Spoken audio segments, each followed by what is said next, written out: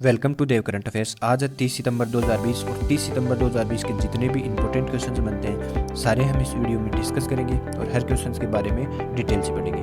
तो चलिए शुरू करते हैं। क्वेश्चन नंबर 1, हाल ही में किस राज्य ने खुले धूम्रपान उत्पादों की बिक्री पर पूर्णतया प्रतिबंध लगा दिया है? तो किस राज्य सरकार ने हाल ही में खुले धूम्रपान उत्पादों की बिक्री पर पूर्णतया प्रतिबंध लगाया है? राजस्थान, मध्य प्रदेश, महाराष्ट्र या इनमें से कोई नहीं? तो इसका राइट आंसर क्या होगा? महाराष्ट्र सरकार ने हाल ही में खुले में धूम्रपान उत्पादों की बिक्री पर पूर्णतया प्रतिबंध लगा दिया है। अब यह प्रतिबंध महाराष्ट्र ने लगाया है, तो ये मैप में देखिए आप महाराष्ट्र की राजधानी है मुंबई और महाराष्ट्र के मुख्यमंत्री हैं उद्धव ठाकरे और महाराष्ट्र के गवर्नर हैं भगत सिंह कोश्यारी। मुंबई हाई कोर्ट के मुख्य न्यायाधीश दीपंकर दत्ता हैं। चलिए नेक्स्ट क्वेश्चन, हाल ही में किस राज्य ने बाय रोड अभियान की शुरुआत की है? तो किस राज्य ने बाय रोड अभियान की शुरुआत की है? मध्य प्रदेश, उत्तराखंड, ओडिशा या इनमें से कोई नहीं? तो इसका राइट आंसर क्या होगा? उड़ीसा सरकार ने हाल ही में बाय रोड अभियान की शुरुआत की है। अब इस अभियान की शुरुआत किस लिए की है? तो पर्यटकों को बढ़ावा देने के लिए इस अभियान की शुरुआत उड़ीसा सरकार ने की है। अब बात आती है उड़ीसा की, तो ये मैप में देखिए आप उड़ीसा की राजधानी है भुवनेश्वर और उड़ीसा के मुख्यमंत्री हैं नवीन पटनायक और उड़ीसा के गवर्नर हैं गणेशी लाल। कुछ इंपॉर्टेंट क्वेश्चन और देखते हैं जो एग्जाम की दृष्टि से बहुत इंपॉर्टेंट है। राजकीय पशु है सांबर हिरन और हाई कोर्ट के मुख्य न्यायाधीश हैं मोहम्मद रफीक। व्हीलर द्वीप का नाम बदलकर एपीजे अब्दुल कलाम कर दिया है और उड़ीसा के सीएम को पेटा कंपनी ने हीरो टू एनिमल अवार्ड से भी सम्मानित किया है। चिल्का लेक जो भारत की सबसे बड़ी खारे पानी की लेक है, यह भी उड़ीसा में ही है और बलराम योजना की शुरुआत की गई है हाल में, जो किसानों के लिए हेल्पफुल है। और हाल ही में एक योजना और चल रही है किसानों के लिए जिसका नाम है कालिया योजना।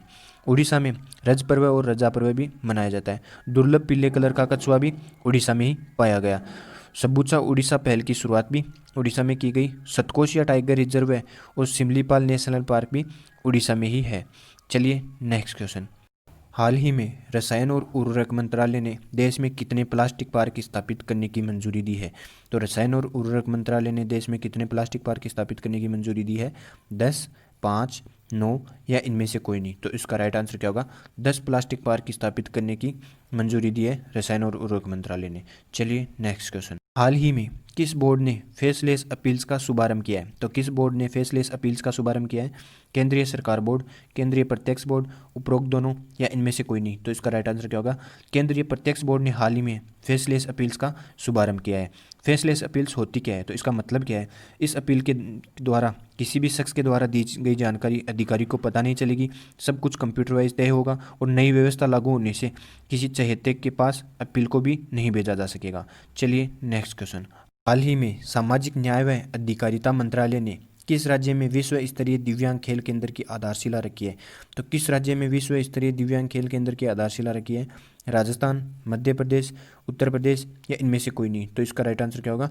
मध्य प्रदेश के ग्वालियर शहर में हाल ही में सामाजिक न्याय व अधिकारिता मंत्रालय ने विश्व स्तरीय दिव्यांग खेल केंद्र की आधारशिला रखी है। अब यह आधारशिला मध्य प्रदेश में रखी है, तो ये मैप में देखिए आप मध्य प्रदेश की राजधानी है भोपाल और मध्य प्रदेश के मुख्यमंत्री हैं शिवराज सिंह चौहान और गवर्नर हैं आनंदीबेन पटेल। कुछ इंपॉर्टेंट क्वेश्चंस और देखते हैं जो एग्जाम की दृष्टि से बहुत इंपॉर्टेंट है। रोको टोको अभियान की शुरुआत भी मध्य प्रदेश में की गई। किल कोरोना अभियान की शुरुआत भी मध्य प्रदेश में की गई और चरण पादुका अभियान की शुरुआत भी मध्य प्रदेश में की गई। जीवन अमृत योजना जो इम्यूनिटी बढ़ाने के लिए है, यह भी मध्य प्रदेश में शुरू किया गया। जीवन शक्ति योजना जो महिलाओं के मास्क बनाने पर प्रति मास्क 11 रुपये प्रदान करेगी, यह भी मध्य प्रदेश में है। पन्ना और कान्हा नेशनल पार्क भी मध्य प्रदेश में है। Top parental app for student जो मध्य प्रदेश में शुरू की गई। बुजुर्गों को सहायता प्रदान करने के लिए संकल्प योजना की शुरुआत भी मध्य प्रदेश में की गई। सीएम कोविड-19 योद्धा कल्याण योजना जो आंगनवाड़ी महिलाओं के लिए शुरू की गई है, यह भी मध्य प्रदेश में की गई है। चलिए नेक्स्ट क्वेश्चन, हाल ही में दिशा पाटनी को किस कंपनी का ब्यूटी ब्रांड एम्बेसडर बनाया गया है? तो दिशा पाटनी को किस कंपनी का ब्यूटी ब्रांड एम्बेसडर बनाया गया है?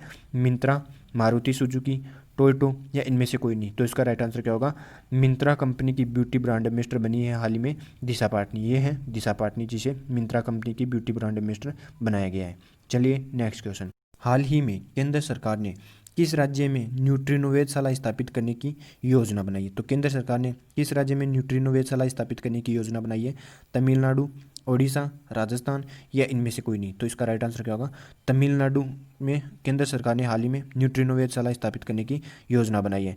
टाटा मूलभूत अनुसंधान संस्थान द्वारा केरल की सीमा से सटे तमिलनाडु के थानी जिले में बोडी पहाड़ियों वाले स्थान को वैज्ञानिक के एक अहम प्रयोग स्थल न्यूट्रिनो वेधशाला के लिए चुना गया है। अब बात आती है तमिलनाडु की, तो ये मैप में देखिए आप तमिलनाडु। तमिलनाडु की राजधानी है चेन्नई और तमिलनाडु के मुख्यमंत्री हैं एडापडी के पलानीस्वामी और गवर्नर हैं बनवारी लाल पुरोहित। चलिए नेक्स्ट क्वेश्चन। हाल ही में राजनाथ सिंह ने ए बुके ऑफ फ्लावर्स का विमोचन किया है। यह पुस्तक किसके द्वारा लिखी गई है? तो ए बुके ऑफ फ्लावर्स का विमोचन राजनाथ सिंह ने किया है। यह पुस्तक लिखी किसके द्वारा गई है?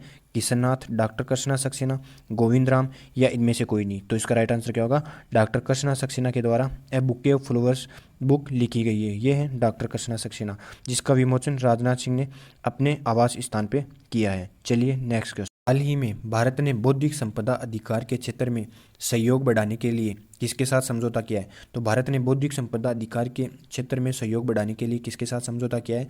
डेनमार्क, म्यांमार, जापान या इनमें से कोई नहीं। तो इसका राइट आंसर क्या होगा? डेनमार्क के साथ में हाल ही में भारत ने समझौता किया है। भारत और डेनमार्क ने शनिवार को बौद्धिक संपदा अधिकारों के क्षेत्र में सर्वोत्तम प्रथाओं का आदान प्रदान तथा प्रशिक्षण कार्यक्रमों में सहयोग बढ़ाने के लिए एक समझौता ज्ञापन MOU शुरू किया है। चलिए नेक्स्ट क्वेश्चन। ही में नेशनल डिजिटल आइडेंटिटी स्कीम में फेशियल वेरिफिकेशन का इस्तेमाल करने वाला पहला देश कौन सा बन गया है? तो पहला देश कौन सा बन गया है? भारत, सिंगापुर, रूस या इनमें से कोई नहीं। तो इसका राइट आंसर क्या होगा? सिंगापुर, जो नेशनल डिजिटल आइडेंटिटी स्कीम में फेशियल वेरिफिकेशन करने वाला पहला देश बन गया है। स्मार्टफोन बैंकिंग ऐप को खोलने के लिए फेशियल रिकॉग्नाइजेशन का इस्तेमाल किया जाता है। ठीक उसी तरह फेशियल वेरिफिकेशन सिस्टम काम करेगा। सिंगापुर क्राउड आधारित वेरिफिकेशन का इस्तेमाल लोगों की पहचान के लिए नेशनल डिजिटल आइडेंटिटी स्कीम के लिए करेंगे। चलिए देखते हैं कल का पूछा गया क्वेश्चन। हाल ही में किस राज्य सरकार ने दुर्गा पूजा समितियों को 50,000 रुपये का अनुदान देने की घोषणा की है? तो किस राज्य सरकार ने दुर्गा पूजा समितियों को 50,000 रुपये का अनुदान देने की घोषणा की थी? पश्चिम बंगाल सरकार ने। चलिए देखते हैं आज का क्वेश्चन। हाल ही में PM मोदी ने संयुक्त राष्ट्र महासभा के कौन से सत्र को संबोधित किया है? तो PM मोदी ने कौन से सत्र को संबोधित किया है? 71वें, 73वें, 75वें या इनमें से कोई नहीं। तो इसका राइट आंसर आप कमेंट बॉक्स में देना।